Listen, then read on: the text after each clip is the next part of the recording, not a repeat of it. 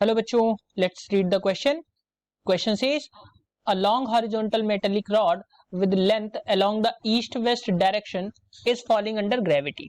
The potential difference between its two ends will, for options given, option A B 0, option B constant, option C increase with time and option D decrease with time. बच्चों यहाँ पे बात करेंगे हम इसके solution की. Solution में हम देखेंगे की कॉन्सेप्ट को. तो ध्यान रहे बच्चों, यहाँ पे बात हो रही है कोई भी एक मेटेलिक रॉड है, लॉन्ग है, जिसकी लेंथ है कुछ, और ईस्ट वेस्ट डायरेक्शन के अलोंग फॉल हो रही है ग्रेविटी के अंदर. तो बच्चों वहां पे अगर हम फैराडेज इलेक्ट्रोमैग्नेटिक लॉ के अकॉर्डिंग अगर हम देखें, इंडक्शन के लॉ के अकॉर्डिंग, तो यहाँ पे होता है बच्चों एक इंड्यूस्ड ईएमएफ ई जनरेट होगा, और ई जो होता है बी एल वी के बराबर होता है, जहां पे बी जो है ये आपकी मैग्नेटिक फील्ड होगी बच्चों, मैग्नेटिक फील्ड होगी. यहाँ पे बी जो होगा बच्चों वो मैग्नेटिक फील्ड इंटेंसिटी रहेगी, एल जो है ये लेंथ रहेगी बच्चों, और अगर हम बात करते हैं तो v जो है ये आपकी वेलोसिटी रहेगी किसी भी फॉलिंग बॉडी की. अब अगर हम क्वेश्चन के अकॉर्डिंग देखते हैं, ये डायरेक्शंस को मैं ड्रॉ कर देता हूं. ये नॉर्थ है, ये साउथ हो जाएगी बच्चों. This one should be east direction and this one should be north west, sorry.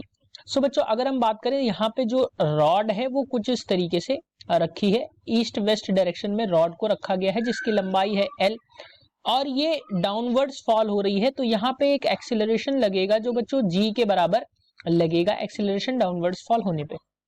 तो अब अगर हम यहाँ पे देखते हैं इस क्वेश्चन के अकॉर्डिंग, तो जो इंडक्शन होता है या इंड्यूस्ड ईएमएफ होता है बच्चों, तो वो क्या होता है, वो प्रोपोर्शनल होता है. अगर बच्चों हम मैग्नेटिक फील्ड और लेंथ को कांस्टेंट मान ले तो ये v के पोटेंशियल v के प्रोपोर्शन में होगा, यानी कि वेलोसिटी के प्रोपोर्शन में होगा.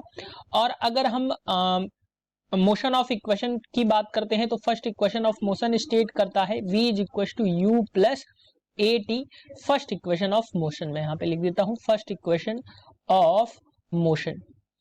तो ये क्या होता है, v is equal to A T. अब बच्चों v is equal to U plus A T होता है. अब ये रेस्ट से गिरना शुरू हुई है तो u जो रहेगा बच्चों वो 0 हो जाएगा. तो v यहाँ पे डायरेक्टली इक्वल रहेगी बच्चों a यानी कि g के बराबर होगा, और d v जो रहेगा वो g t के बराबर होगा.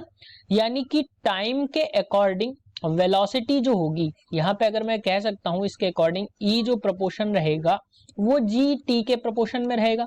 g कांस्टेंट है तो बच्चों e जो है ये t के प्रोपोर्शन में रहेगा, यानी कि जैसे जैसे टाइम बढ़ेगा पोटेंशियल डिफरेंस जो होगा बच्चों वो इंक्रीज होगा टाइम के अकॉर्डिंग.